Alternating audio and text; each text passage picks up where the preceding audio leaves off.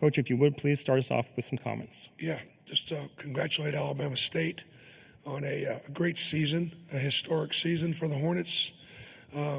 They represented their university in an outstanding way, and they were a formidable opponent.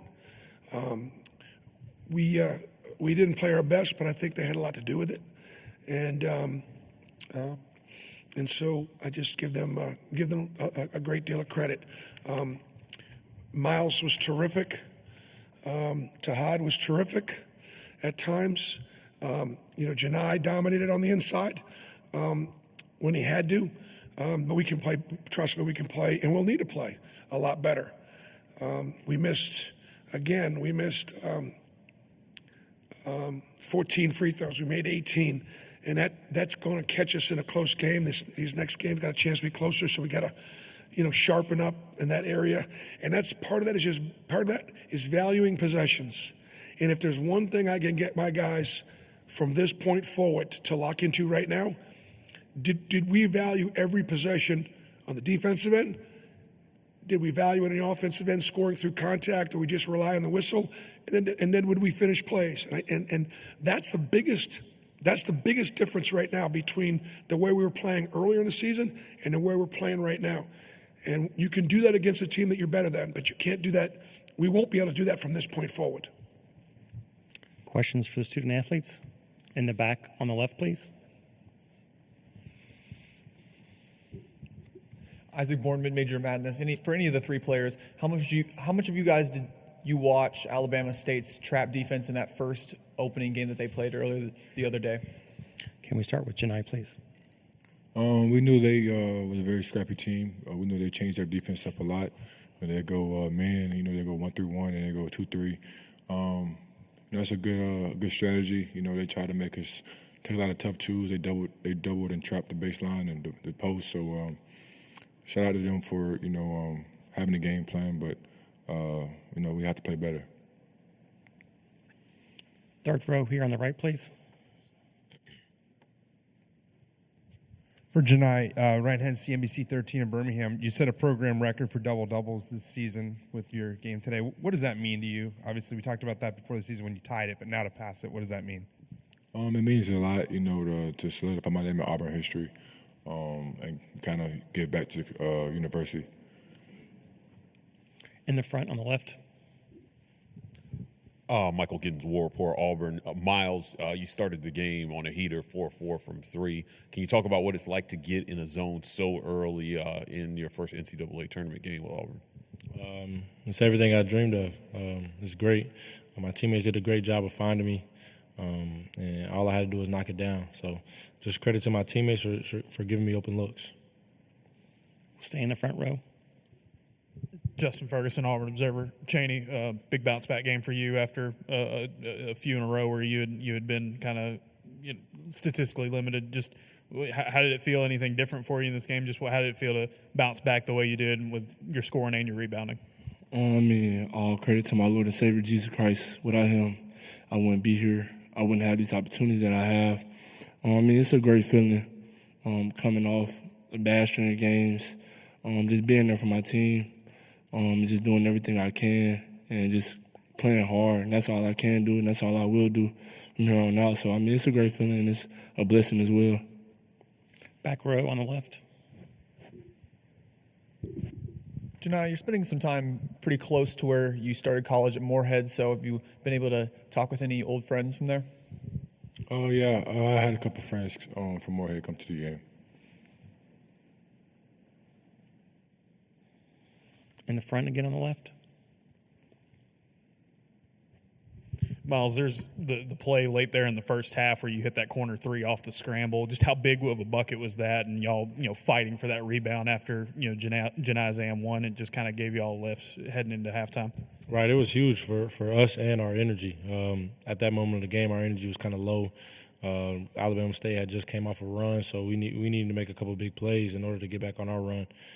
So I just seen the ball going, and I was close to the three-point line. I stepped back and made the shot. Right here in the front. Michael Giddens, War Report, Auburn. Miles, you seem to take a more vocal role in this game. when Alabama State went on the run, talking to the team about getting that energy up. Can you talk about what you said to your teammates in that moment? I mean, this is win or go home time. So we got to do whatever it takes to win. And at that moment of the game, we needed some energy. So people we rely on throughout the team for energy, they weren't there. So I had to bring another level of energy to get us going. Anything else? Great. We'll go ahead and excuse the student athletes. Thanks so much, fellas.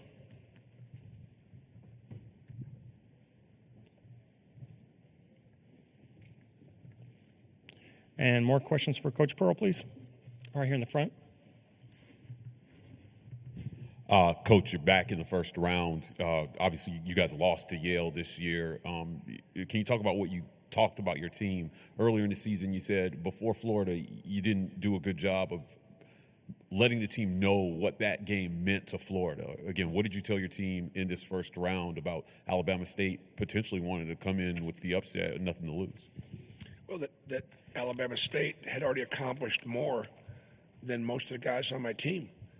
Dylan Carwell, Janai Broom, J.P. Begees, and Chris Moore are the only guys on my team that have won an NCAA tournament game going into this game. Alabama State, that whole team had already won a game. That whole team had accomplished more than our team had accomplished. Going back to Yale, we played better against Yale than we did tonight. Give Alabama State credit. Third row on the right. Coach, with the big game that Miles had today, and he talked about the energy, how big is that going down the stretch on Saturday and then potentially moving forward, having him like that? Well, I think what it does and what gets rewarded is Miles is one of the most consistent trainers, puts the time in, and is disciplined. And so you love to see guys get rewarded who grind, do the right things, train the right way, unselfish. And the thing I loved about Miles' shots were they were all shots within the framework of the offense. They were all shots coming off of screens. They were all shots where everybody in the building knew he was going to take that shot. So the wonderful thing about Miles Kelly is you absolutely know what you're going to get. And I think that's why Miles has got a chance to be one of the better pros that we have on this team, because he is going to 3-and-D at the next level, and you can count on it. And that maturity, that taking care of business is a part of who he is. And I think the scouts see that clearly. We'll go here on the right, front row. Bruce Philip Marshall, Auburn 247 Sports. You said you played better against Yale last year than you did in this game. We shot 50%. We had a great assist-turnover ratio. We missed free throws in that game too, but we actually played better against Did that Yale. surprise you that it was that way today, considering all the talk and everything going into this tournament? Yeah, I thought our effort and energy could have been better. I thought Alabama State was able to beat us off the closeouts a little bit too much. I thought our bigs did a pretty good job at challenging shots at the rim, but we just weren't sharp. I think the other thing too is, like, the one thing you can control. Our teams always play with great effort and energy. You have to, or our system doesn't really work, and I just didn't think we did tonight. Fourth row on the right. Joe Rexford with The Athletic. Bruce, you're talking about the value of the possessions on both ends. How long has that been a thing? Is that just like the 3 of 4 losses going into this, or has that been going on for a bit here? I'd say it's been, maybe the last month or so, whereas I think, prior to that, probably we're just a little sharper. And, valuing a possession is making free throws. Value of possession is not having a careless turnover. Forced turnovers will happen. Taking shots that we know, man, that play wasn't designed for that look. And you know it, and your teammates know it, and yet you do it anyways. So if we can get on the same page a little bit more, and again, like I said, value that possession, we got a chance. Creighton is a very veteran team that they've been through it. They're not going to beat themselves. We'll have a great game plan together, but it's going to be a very, very tough second round for us. Let's go on here in the front row real quick. Michael Giddens, War Report, Auburn. Coach, can you talk about Tahad Pettiford tonight? 0 for 8 in his last game, bounces back 5 for 9, 16 points, 5 rebounds, 5 assists. Yep. Can you talk about the true freshman in his first NCAA tournament game? Great to see him bounce back, and great to see him, even after he missed his first couple shots, and you're like, oh, this is going to continue. He just obviously lit up. And the thing I liked about his game tonight, he was better defensively. He got 50-50 balls and rebounds. He used his speed and his quickness and his athleticism. Alabama State's a very quick, very athletic team. And Tahad Pettiford is as quick as any of them out there. And I thought his presence was a huge spark for us coming off the bench. Both he and Cheney Johnson, if you look at Todd was plus 22, Cheney was plus 19. Those two guys had played great for us coming off the bench. Fourth row on the right. Yeah, Bruce, Ben Baby with ESPN. Given what you said about the lack of sharpness, how well Creighton plays, do you feel like y'all played well enough tonight to beat Creighton if they play at the level they're going to play at potentially that you think? Okay, I apologize. Could you ask that again? Yeah, given what you said about the lack of sharpness tonight and maybe, leading into this game and how well Creighton can play and that they won't beat themselves, do you feel like y'all played well enough tonight to potentially beat a Creighton team that'll be firing on cylinders? No, we won't beat Creighton if we play like we did tonight. No. But we know we can play better. We know we can tighten things up, and that's the thing about the tournament. We will absolutely get to the next game. One of the things that we'll do, even a short period of time, we're going to look at today. We're going to look at it a little bit and go, okay, this is how we're going to be done on Saturday, okay, against a much better, much bigger, much different kind of a basketball team. So hopefully we can learn and look very pleased with the win. They're only, at the end of the day on Saturday, there are going to be 32 teams left, and Auburn's still one of them. Front row right here on the left. Bruce, you mentioned him earlier, though, 13-7 for Cheney. Kind of how he's struggled here down the stretch. But just what was it like for him and the team as a whole to get that lift today in the front court? Yeah, I think Cheney is like one of those guys that, like, 13-7 for me is like nothing for Cheney. Like, I think he's a 20-10 guy, even though he's not all the time. I just have that much confidence in him. Like, when he gets it, I think he's going to make a shot. When we get it inside, I think it's a bucket, or a foul. Cheney is able to. We did a lot of switching tonight. Cheney was terrific defensively, keeping guys in front. Again, another guy that does it the right way, trains the right way. Loves the Lord, puts the Lord first in everything he does. And so Cheney Johnson can call God anytime he wants to.